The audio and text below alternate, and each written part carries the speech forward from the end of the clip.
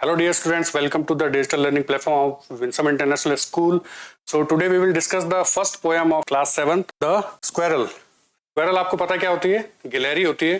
तो ये जो आपकी पोएम है आपके चैप्टर फर्स्ट के साथ गिवन है, जो कि आपके इंग्लिश चैप्टर फर्स्ट 3 क्वेश्चंस के साथ में आपकी पोएम गिवन है। तो इस पोएम के जो ऑथर हैं वो कौन है? इस पोएम के ऑथर हैं मिल्ड्रेड बोवर्स आर्मस्ट्रॉन्ग। ये इसके ऑथर हैं। और अबाउट द ऑथर में आपको क्या दिया गया है? Born in Chicago in the year of 1901। तो ये जो आपकी ऑथर हैं मिल्ड्रेड बोवर्स आर्मस्ट्रॉन्ग, इनका जन्म हुआ था, कहां पर हुआ था? शिकागो के अंदर 1901 के अंदर। Mildred Bowers Armstrong was a children's book author in the 1950s। 1950s के अंदर ये जो आपकी ऑथर हैं ये चिल्ड्रंस बुक की ऑथर थी, या फिर चिल्ड्रन जो कि बच्चों की किताबें होती है उसकी एक ऑथर थी। और मिल्ड्रेड बोवर जो earn her bachelors degree from north western university of 1923।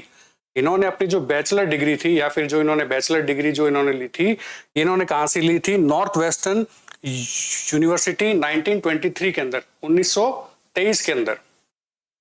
She also studied at mount Hollioake college. इन्होंने स्टडी की है कहां पर? ये कॉलेज का नाम दे रखा है माउंट होलियोक कॉलेज के अंदर, the university of Chicago and the university of Wisconsin.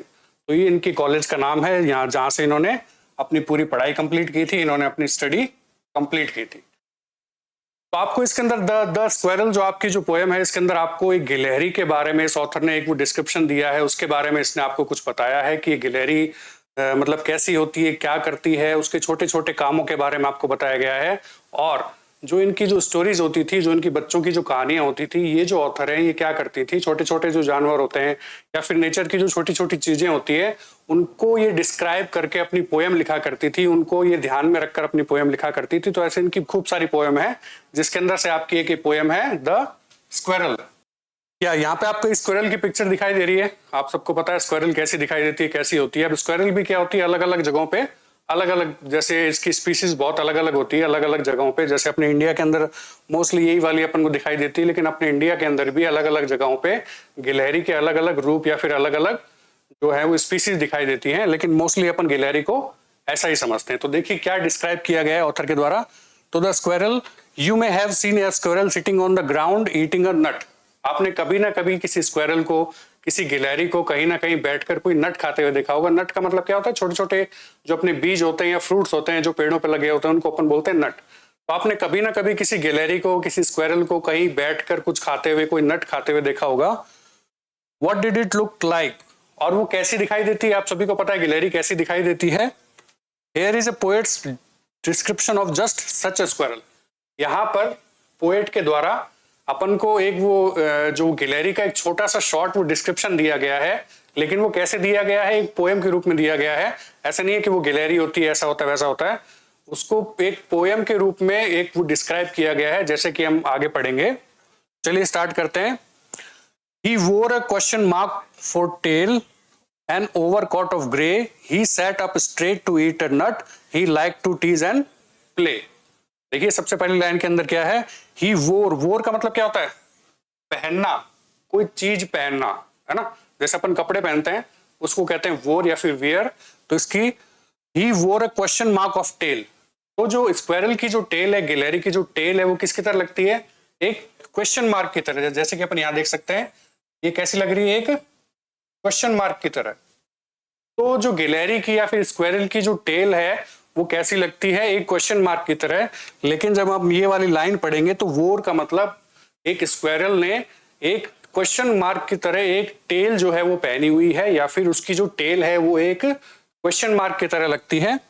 N overcoat of grey.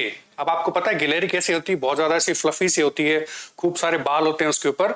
तो ऐसा लगता है कि उसने ग्रे कलर का ओवरकोट पहन रखा है ना। जैसा लगता है कि उसने बहुत बड़ा एक सूट पहन रखा है जो कि ग्रे कलर का है, जैसे कि आप इस पिक्चर के अंदर देख सकते हैं। तो सबसे पहली लाइन को देखते हैं अपने वो दोबारा से, कि गिलहरी की जो टेल है वो कैसी लगती है? एक क्वेश्चन मार्क की तरह लगती है, और ऐसा लगता है कि उसने ग्रे कलर का एक ओवरकोट पहन के रखा है। He set up straight to eat a nut. और जब वो बैठती है किसी नट को खाने के लिए या फिर किसी फ्रूट को खाने के लिए, तो वो कैसी बैठती है? एकदम स्ट्रेटन होकर बैठती है, एकदम स्ट्रेट होकर बैठती है। आप कभी देखना जब गिलहरी जब भी कोई फ्रूट वगैरह खाती है तो इतनी सतर्क होती है कि एकदम स्ट्रेट होकर के वो कुछ खाती है।